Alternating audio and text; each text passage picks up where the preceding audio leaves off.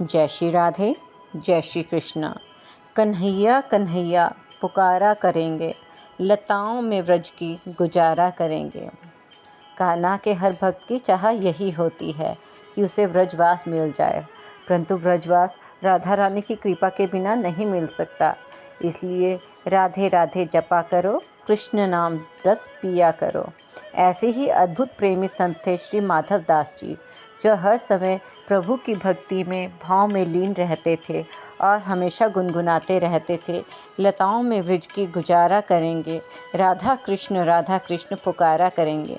बहुत ही सुंदर और अद्भुत कथा है भगवान के भक्त माधव दास जी की। माधव दास जी का यह चरित्र के जीवन की एक घटना है। संत माधव दास जी वृंदावन में रहते थे। उनकी एक साधारण सी कुटिया थी, जिसमें वो सारा दिन भजन ध्यान करते रहते। केवल शौच क्रिया के लिए ही बाहर निकलते थे और सारा दिन यही गुनगुनाते रहते थे, लताओं में ब्रज की गुजारा करेंगे, राधा कृष्ण पुकारा करेंगे।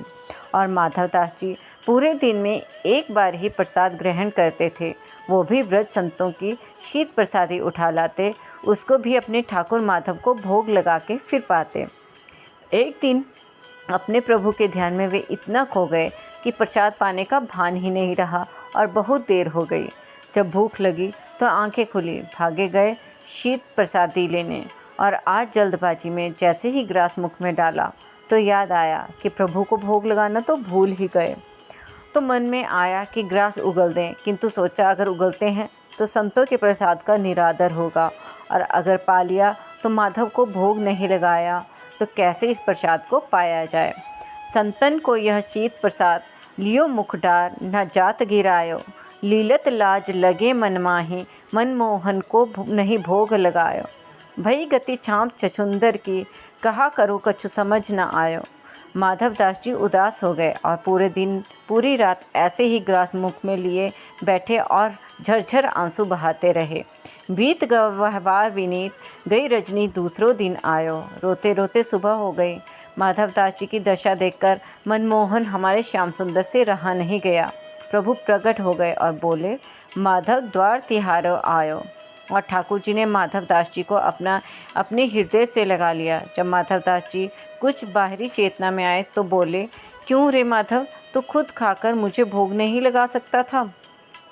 तो माधव दास जी बोले, प्रभु प्रसाद झूठा हो जाता। ठाकुर ने कहा, हम वैसे तो तू रोज़ मुझे अपने हाथों से हलवा पूड़ी बना के खिलाता है ना, वो भी तो दूसरे संतों का झूठा शीत प्रसादी ही लाता है। तब से दोनों संत और ठाकुर जी एक प्रसाद पाने लगे।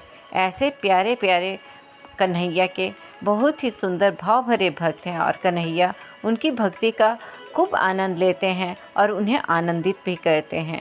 इस भक्ति का एकमात्र अंश भी यदि हमें मिल जाए तो कान्हा हमें भी मिल जाए, और यह कान्हा हमें तभी मिल सकते हैं जब हमारी जीवा पे राधा राधा राधा नाम हमेशा रहे।